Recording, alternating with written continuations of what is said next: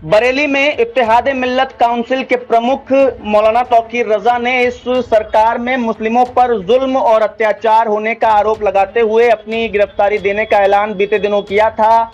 आज जैसे ही मौलाना तौकीर रजा अपने आवास से बाहर गिरफ्तारी देने के लिए निकले, तभी मौके पर मौजूद भारी पुलिस फोर्स और अधिकारियों ने उनको रोक लिया और तौकीर रजा गिरफ्तारी नहीं दे सके। इस दौरान तौकीर रजा की पुलिस अधिकारियों संग झड़प भी देखने को मिली।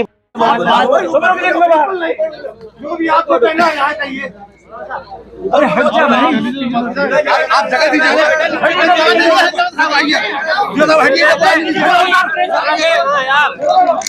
तू कहाँ करने है बता दी कुछ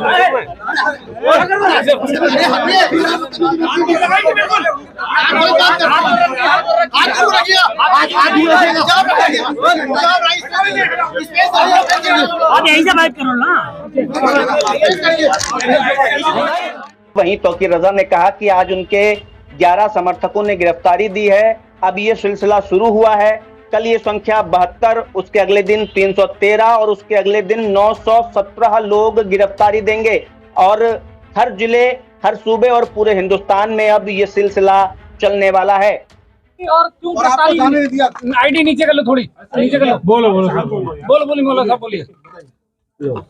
आईडी नीचे कर लो। आज हाँ गिरफ्तारी का जो हमने प्रोग्राम बनाया था,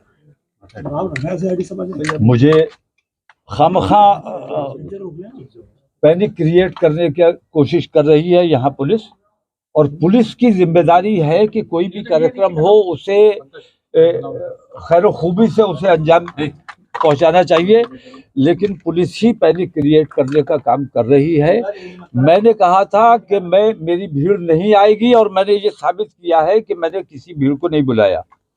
मैंने कहा था मेरे 11 लोग गिरफ्तारी देंगे, सिर्फ वो लोग जाएंगे, और अगर कोई 100-200 लोग आ भी जाते हैं तो उन्हें समझाकर वापस कर दिया जाएगा। 11 लोग गिरफ्तारी देंगे। और गिरफ्तारी देने की असल वजह यह है कि पूरे मुल्क के जो हालात हैं, रोज लिंचिंग हो रही है, बुलडोजर चलाए जा रहे हैं, कानून की धज्जियां उड़ाई जा रही है, मदरसों पर बुलडोजर चल रहे हैं, मज़ारात को शहीद किया जा रहा है, बच्चों की लिंचिंग की जा रही है, गौ सेवा के नाम पर कुछ गुंडे निकलते हैं, कुछ कुत्ते एक दो लोगों को घेर कर मार डालते हैं, उन पर कोई कार्रवाई नहीं होती है। ये आतंकवादी संगठनों का तमाम का ये सरकारें संरक्षण कर रही हैं। इन आतंकवादी संगठनों पर पाबंदी लगाई जाए। बजरंग दल जैसे आतंकवादी संगठन, जब तक इनको खुली छूट मिली रहेगी, देश के अमन व अमान को हमेशा खतरा बना रहेगा। देश के अमन व अमान को खतरा मुसलमानों से नहीं है, हमसे नहीं है। हम अमन वाले लोग हैं, अमन की बात करने वाले लोग हैं। आज 11 लोगों की गिरफ्तारी दी गई है। मैं भी गिरफ्तारी देना चाहता था, लेकिन मुझे बलपूर्वक रोक दिया गया है, मुझे घर से नहीं निकलने दिया गया है। लेकिन मेरा ये सिलसिला आज से शुरू हो गया है। कल 72 लोग गिरफ्तारी देंगे इंशाअल्लाह। उसके बाद अगले दिन 313 लोग गिरफ्तारी देंगे। उसके अगले दिन 917 लोग गिरफ्तारी देंगे। और ये सिलसिला इस तरह हर जिले में, हर सूबे में इंशाल्लाह पूरे हिंदुस्तान में चलने वाला है। लोगों की बात कर रहे हैं, उसमें आप भी कल फिर शामिल होंगे गिरफ्तारी के? मैं अब जब मुझे नहीं निकलने दिया जा रहा है तो मेरे लोग गिरफ्तारी देंगे और रोजाना गिरफ्तारी दी जाएगी और ये सिलसिला पूरे हिंदुस्तान में शुरू किया जाएगा। ये देश में नई क्रांति लाने की आज पहल की गई है। इस पहल के जरिए हमें पूरे हिंदुस्तान को जागृत करना है कि हमारे देश को 11 साल से लूटा जा रहा है, 11 साल से तबाह किया जा रहा है, 11 साल से बेचा जा रहा है।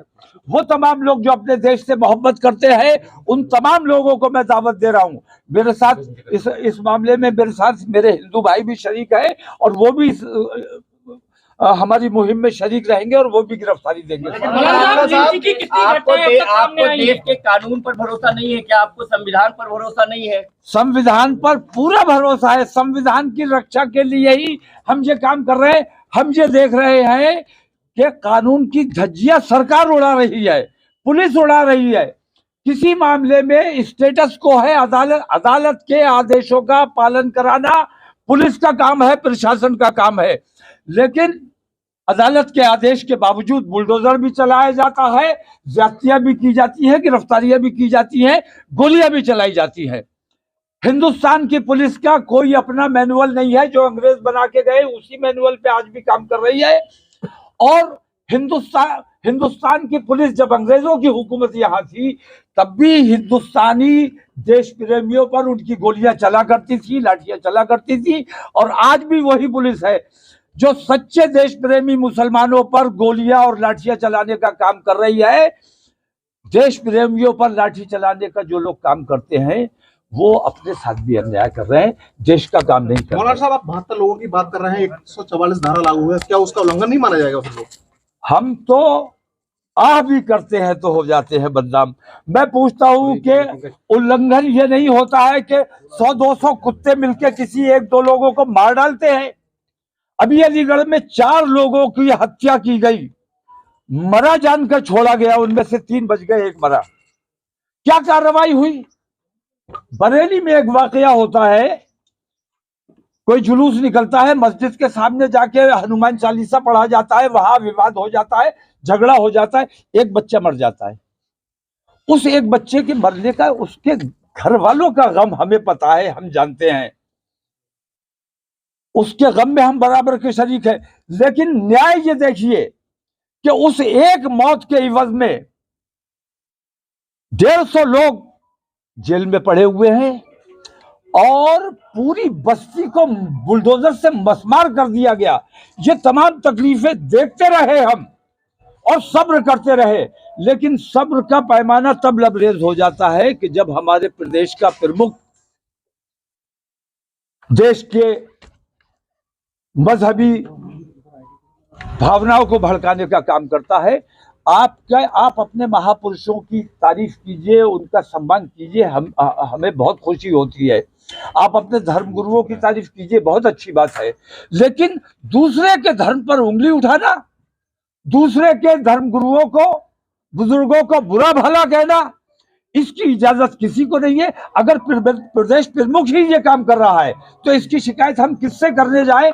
इसलिए हम गिरफ्तारी देने के लिए बाध्य हैं और ये गिरफ्तारी का सिलसिला तब तक जारी रहेगा जब तक ये तमाम बेईमानियां बंद नहीं की जाती। बहुत शुक्रिया। प्रदेश के मुख्यमंत्री ने स्पष्ट कहा है कि कोई कानून व्यवस्था बिगाड़ने का काम पुलिस कर रही है।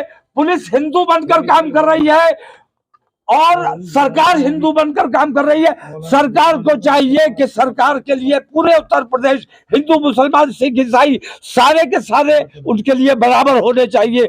लेकिन वो मुख्यमंत्री की हैसियत से नहीं बल्कि हिंदू की हैसियत से काम कर रहे हैं और ये पद की गरिमा को नुकसान पहुंचाने का काम किया जा रहा है। कितनी लिंचिंग की घटनाएं अब तक हुई हैं? कितनी, ये तो आपके देखने की बात है, आप ही हमें दिखाते हो कितनी लिंचिंग होती है, कितना कहाँ कैसे कैसे मारा जाता है।